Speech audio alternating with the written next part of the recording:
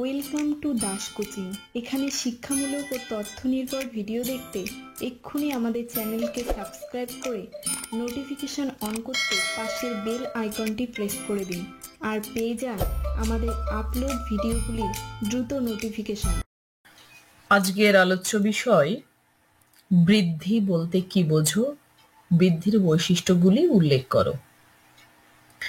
বৃদ্ধি শিখনের প্রধান দুটি উপাদান হলো বৃদ্ধি এবং বিকাশ।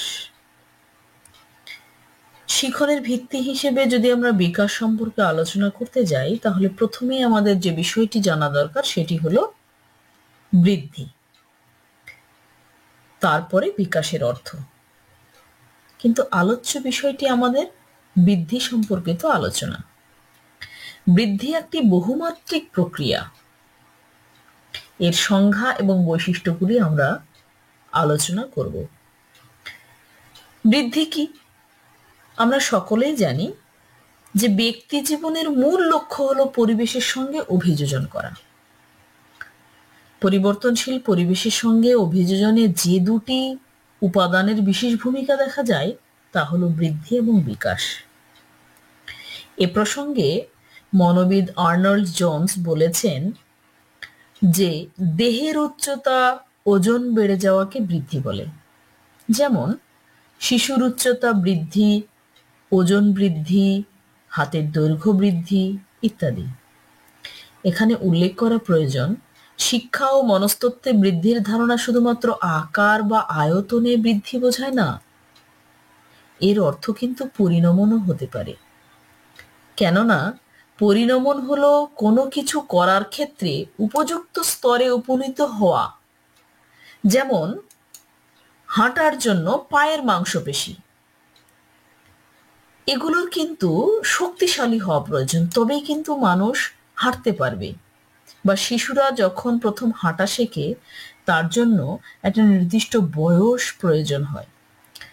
তার মানেই হলো যে পরিণমনটা সম্পূর্ণ হয়ে গেলেই তার মাংসপেশিগুলো সেই উপযুক্ত হয়ে ওঠে হাঁটার পক্ষে।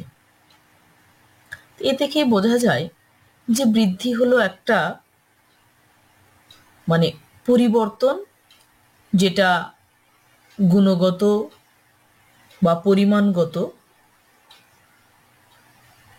উভয়ের পরিবর্তন সেটা হতে পারে। কিন্তু যখন গুণগত পরিমাণগত হবে তখন সেটাকে বিকাশও বলে।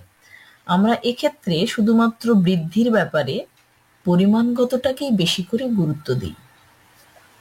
এর বৈশিষ্ট্যগুলো কেমন?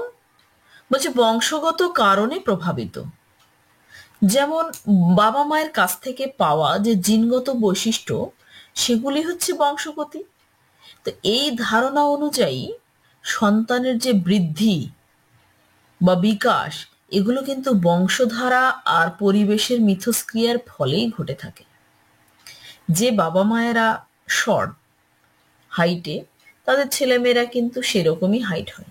যারা একটু লম্বা, তাদের ছেলেমেয়েরা দেখবেন সেরকমই হয়। তাহলে এক্ষেত্রে বোঝা যায় যে বৃদ্ধির ক্ষেত্রে বংশধারা একটা দারুণ প্রভাব রয়েছে। নেক্সট পয়েন্ট কি? যে এটি একটি ধারাবাহিক প্রক্রিয়া। বৃদ্ধি শৈশব থেকে শুরু হয়, বয়স বাড়ার সাথে সাথে কিন্তু চলতে থাকে। এটা কখনোই আমৃত্যু পর্যন্ত আবার নয়, একটা নির্দিষ্ট সময় পর্যন্ত চলতে থাকে, কিন্তু সেটা ধারাবাহিক। নেক্সট বলছে এটি পরিমাণগত পরিবর্তন। অবশ্যই এটি কিন্তু পরিমাণগত পরিবর্তন। উচ্চতা, ওজন, আকার ইত্যাদি পরিমাপ করা যায়। আবার এটা গুণগত পরিবর্তন। তখন যেহেতু বললাম আমি সংজ্ঞার সময় যে এটি গুণগতকেও বলা যায়, কিন্তু বিশেষ করে পরিমাণগতকে বেশি লক্ষ্য করা হয়। এটা কেমন? বলছি এটি গুণগত পরিবর্তনটা কি? মানসিক এবং আবেগিক বিকাশের ক্ষেত্রে গুণগত পরিবর্তন কিন্তু দেখা যায়। এটা পরিবেশের দ্বারা প্রভাবিত। নেক্সট পয়েন্ট হলো কি? পরিবেশের দ্বারা প্রভাবিত। আমরা এর আগে আলোচনা করলাম বংশধারার পরিবেশের মিথস্ক্রিয়ার ফলেই কিন্তু ঘটে থাকে। আবারও একটু বলছি যে পরিবেশটা এটা কেমন। যেমন খাদ্য, জল, আলো, বাতাস, তাপমাত্রা, ইত্যাদি কিন্তু পরিবেশগত কারণগুলিও বৃদ্ধিকে দারুণভাবে প্রভাবিত করতে পারে।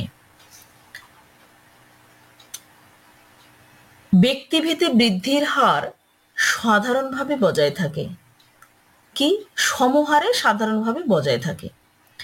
এখানে বলতে চাইছে যে যে শিশু বৃদ্ধির ক্ষেত্রে অন্যান্যদের থেকে এগিয়ে থাকে সে সারা জীবনই কিন্তু এগিয়ে থাকে।